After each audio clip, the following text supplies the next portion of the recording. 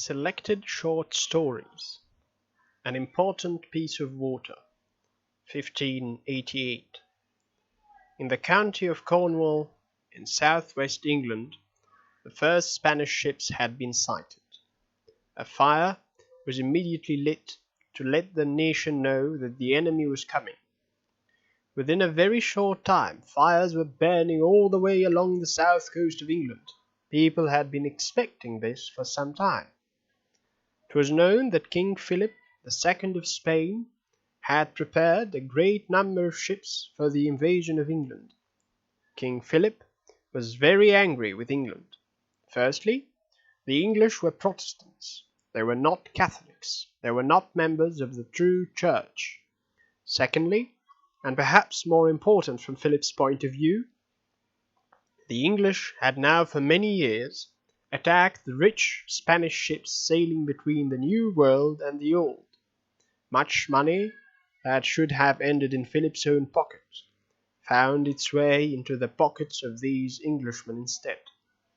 When Philip's preparations were completed, 130 great ships of war left Spain.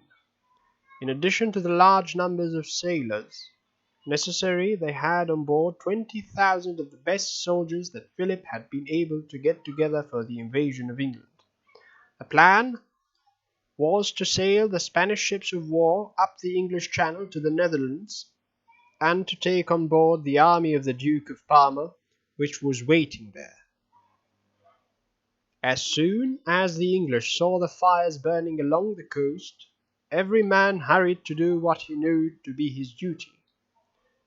Many were to remain on land in case it should be possible for the Spaniards to make a landing. Many others made their way to their ships. They were small ships, very small ships compared with those of the Spaniards. From every harbour on the south coast of England, the small English ships went out to meet the great Spanish ships of war. Every English sailor on board had a great belief in himself and his ship, for many of the men had fought against the Spaniards before, and there was no doubt in their minds that they would win this battle as they had won in the past. As the Spanish ships of war sailed up the channel, the English ships came sailing out of their harbours to meet them. Then they started sailing round and round the heavy Spanish ships, firing the guns at them the whole time. The advantage was with the small English ships, for it was much easier for them and for the enemy to move about. The battle lasted all the way up the channel, and the Spanish ships of war suffered very much from one enemy attack after another. Now, the weather, which had not been good to start with, was growing worse and worse, and before long there was a terrible storm. Then fire ships were sent against the Spaniards, setting many of the ships on fire. The Spaniards were driven northwards along the east coast of England by the high wind, and at last, after having sailed right round the north of Scotland, made their way back to Spain. Out of the 130 great ships of war that had left Spain for the invasion of England, only 53 returned. Thus ended the Spanish attempt at the invasion of England. 1793 to 1815. The French Parliament, or the National Assembly, as it chose to call itself, declared war against England in 1793. During the first few years, the war was very slow. Other nations joined England in her fight against the French Republic. At first, it seemed that it would be impossible for France to stand against the power of England, Prussia, Austria, Holland, and Spain. But the new French Republic was strong, and its armies were led by clever generals. Its enemies met with defeat after defeat, and one by one, Prussia, Austria, Holland, and Spain were conquered by France until only England remained. While France seemed to be able to conquer every nation on land, there was a different story to be told when French and English ships of war met. At sea, the French were defeated again and again. The news was received in England that the French had made a proclamation. England and the French Republic cannot both continue to exist. And at the same time it was learned that General Napoleon Bonaparte had been sent to look after an army that was going to invade England. This was followed by the news that Napoleon's eyes were turned to Egypt instead of England, for he hoped that he would be able to attack the English in India from there. At first, he overran Egypt, but the French ships of war were defeated by Nelson in 1798, and before long, his army in Egypt was defeated too. When Napoleon became emperor in 1804, he decided to invade England. In the French Channel, ports everybody was very busy. They were working day and night to build flat-bottomed boats which were to carry the French army across the Channel. On the north side of the Channel, they realized that the danger was greater than ever before. After the war broke out, and especially after the French proclamation, great numbers of Englishmen spent every day in military exercises. It was more than 700 years since Englishmen had had to fight for their own country in England itself. This Frenchman, Bonaparte, would find that an invasion of England was different from conquering countries on the continent of Europe. Bonaparte was sure that if he could get his troops to England, he could conquer it in the same way as he had conquered Prussia, Holland, Austria, and Spain.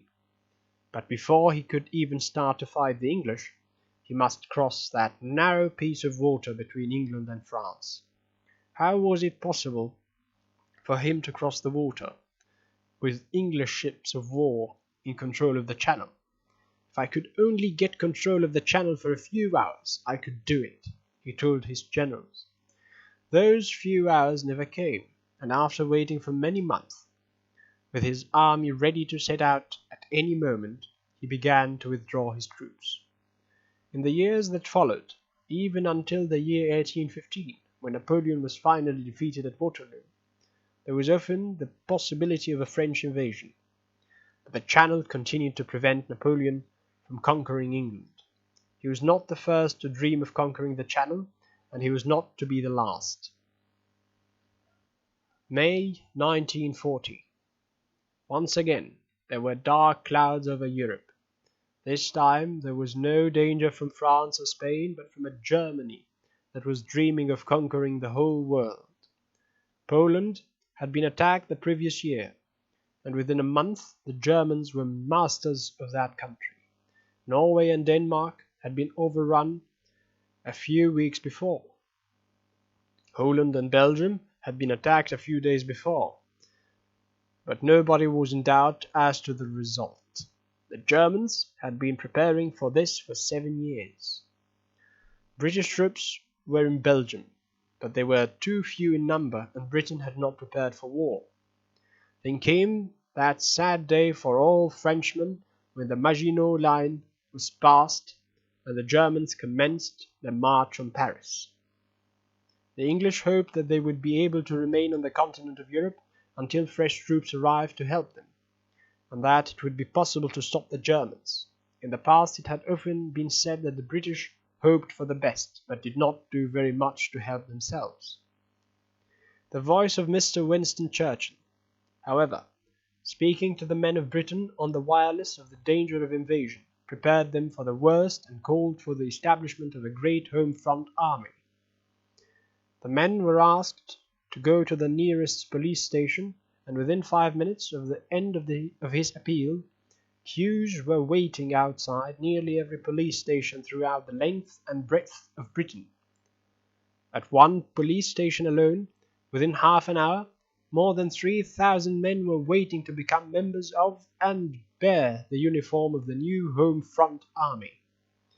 It was a good thing that Britain was prepared for the worst, for the time was to come very shortly when the British Army was pushed out of the continent and France was overrun by the Germans. With Holland, Belgium, and France in their hands, the Germans could now begin to think about the next move, which was, of course, the invasion of England.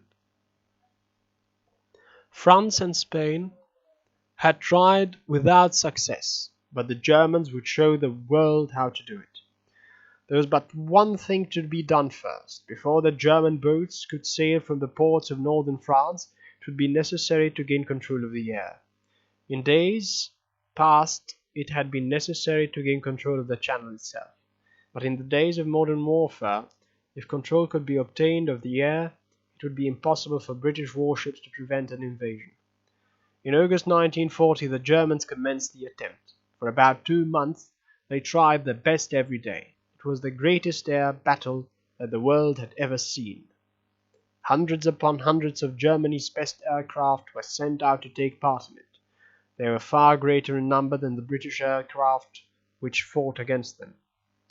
In September and October, Germany made her greatest efforts to make an invasion possible.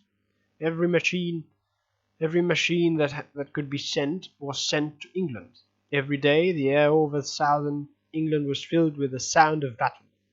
When the battle was over, and the number of German machines that had been shot down was counted up, it was found that so many German aircraft had been destroyed that the danger for England was over.